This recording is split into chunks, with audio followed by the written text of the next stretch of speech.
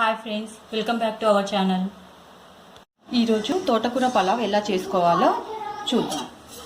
ముందుగా ఒక కుక్కర్ తీసుకొని దానికి మనం చేసుకునే రైస్ క్వాంటిటీకి సరిపడా ఆయిల్ వేసుకోవాలండి. ఆయిల్ వేడైన తర్వాత చాలా తక్కువ సాజీరా వేసుకోవాలండి. సో ఇక్కడ తోటకూర ఫ్లేవరే ఎక్కువ ఉంటుందండి. కొద్దిగా చెక్క, మసాలా ఫ్లేవర్స్ చాలా తక్కువనండి. ఆకు, మసాలా ఆకు, లవంగాలు, ఏలకులు అండి.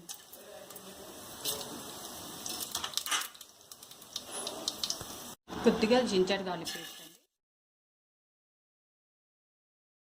సరిపడా పచ్చిమిరపకాయలు. ముందుగానే నానబెట్టుకున్న బఠానీ అండి. నా దగ్గర పచ్చివి లేవు కాబట్టి నేను ఎండు బఠానీ వేస్తున్నాను. పచ్చివి కూడా వేసుకోవచ్చు. కడిగి కట్ చేసి పెట్టుకున్న తోటకూర ఆకుని వేస్తున్నానండి. ఈ ఆకు అనేది ఎంత ఎక్కువ ఉంటే అంత టేస్టీగా దాని ఫ్లేవర్ వచ్చేస్తుందండి ఆ పులావ్కి అనేది. మామూలుగా పిల్లలు అన్ని రకాల ఆకుకూరలు తిననప్పుడు ఈ విధంగా చేసి పెట్టామనుకోండి, ఆటోమేటిక్గా ఈజీగా తినేస్తారు. లంచ్ బాక్స్లోకి అయినా కానీ చాలా బాగుంటుందండి చల్లారిన తర్వాత కూడా. ఆకుని బాగా మగ్గనిచ్చుకోవాలండి. ఇలా కలిపేసుకొని బాగా ఫ్రై చేసుకోవాలండి. ఆకుని నూనెలో మగ్గితే చాలా టేస్టీగా ఉంటుందండి. ఇదే టైంలో కొంచెము మనకు సరిపడా ఉప్పు, పసుపు కూడా వేసేసుకుంటే ఆకు అనేది త్వరగా మగ్గుతుంది. రుచికి సరిపడా ఉప్పు అండి. ఉప్పు అనేది చాలా తక్కువ అండి, కొద్దిగా చిటికెడు. సో ఈ విధంగా మనం చూస్తున్నట్టుగా మగ్గిపోవాలండి తోటకూర అనేది. సాల్ట్ వేసాం కాబట్టి త్వరగా మగ్గిపోతుంది.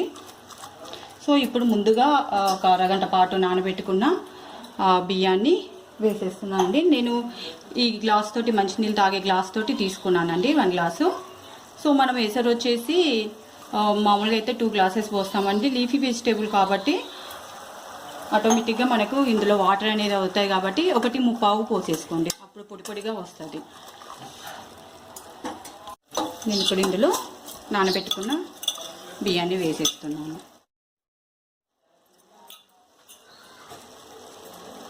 బియ్యం వేసిన తర్వాత మళ్ళీ ఒకసారి బాగా కలుపుకోవాలండి.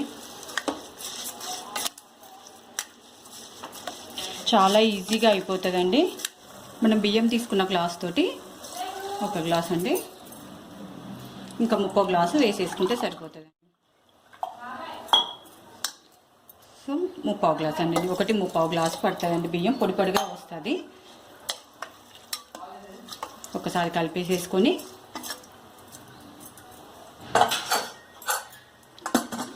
మూత పెట్టేసుకోవడమే అండి.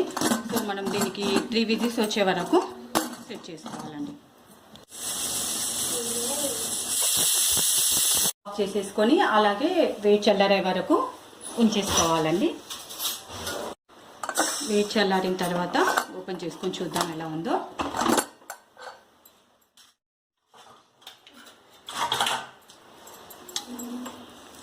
చాలా బాగా వచ్చిందండి, పొడి పొడిగా.